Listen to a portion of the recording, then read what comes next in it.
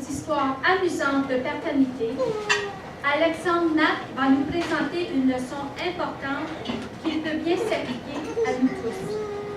Membre du Club Bois du Nord depuis 2007, ce jeune papa est aussi un membre fondateur du Club Toastmasters Mont du Midi, fondé en juin 2014. 2 fois champion du district 86, là, il dit qu'il est parmi les 18 meilleurs. C'est encore mieux. Alexandre offre aussi des ateliers sur l'art oratoire, tant à des personnes qu'à des individus. Veuillez accueillir communicateur accompli or, accompli bronze, Alexandre Nat. C'est en forgeant qu'on devient parent. C'est en forgeant qu'on devient parent. Alexandre Nat.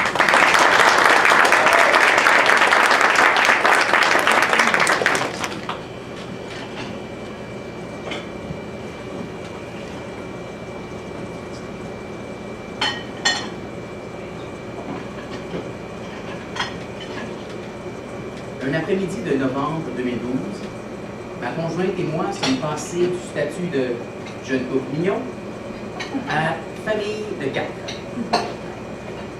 Et de mon côté, je suis devenu très rapidement un expert en changement de couche.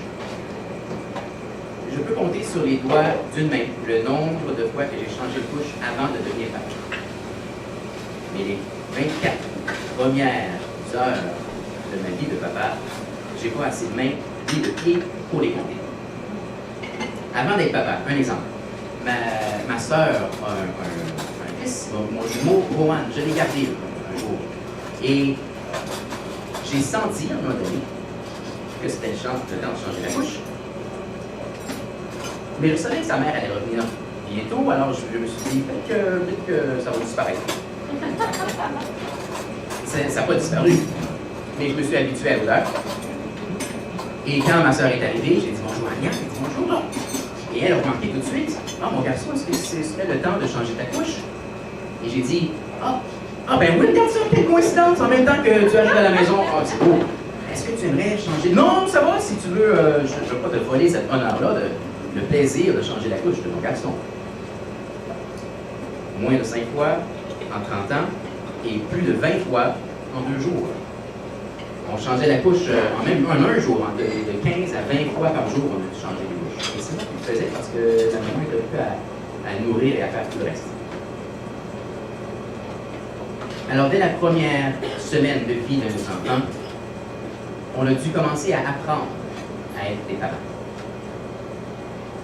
On avait lu des livres, oui, pendant des mois, on s'était préparé, on va sur des forums de discussion, on suit des ateliers, on reçoit des conseils d'amis qui sont des parents, même quand on ne les demande pas. Mais tout ça, ça ne fait pas de nous des parents. N'est-ce pas? Il y a des parents dans la salle ici? Il y en a plusieurs, la plupart d'entre vous. Est-ce que j'ai raison de dire que tant qu'on n'est pas vraiment dedans, on n'a pas vraiment encore appris à être parent? N'est-ce pas? C'est en forgeant qu'on devient forgeron. Et je dirais même, Suzanne, chers collègues, chers invités, que c'est en parentant qu'on devient parent.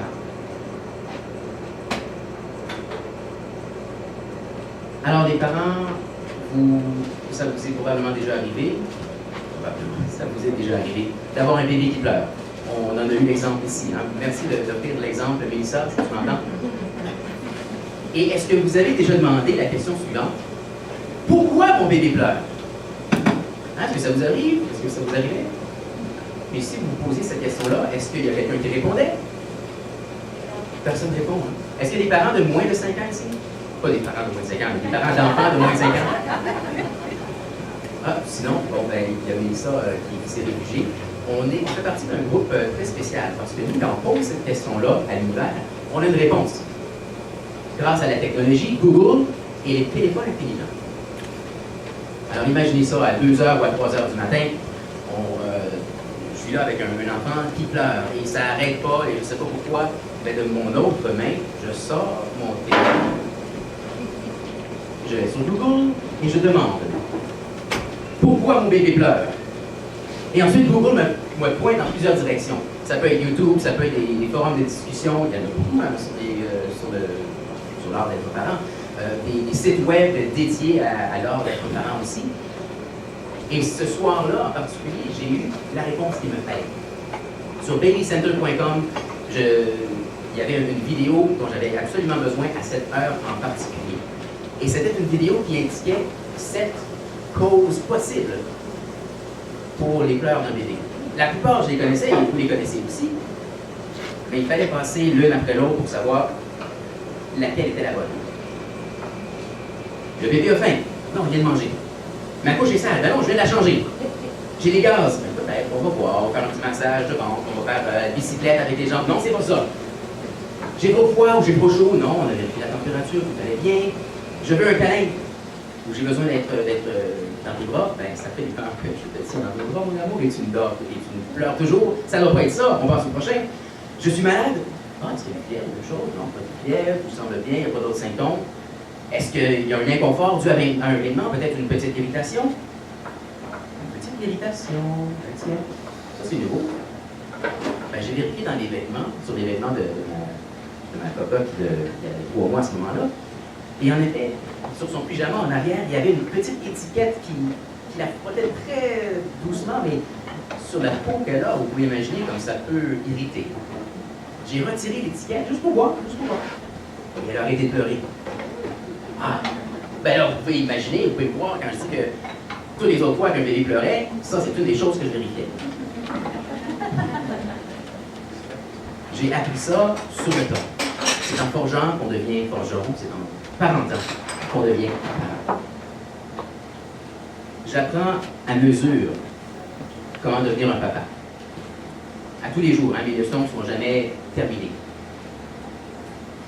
C'est important et c'est très utile de lire des livres, d'aller à des cours, de suivre des forums de discussion, même d'écouter les conseils de vos parents et de vos amis. Mais c'est encore plus important de mettre ces conseils en pratique, de mettre en pratique les leçons que vous avez apprises.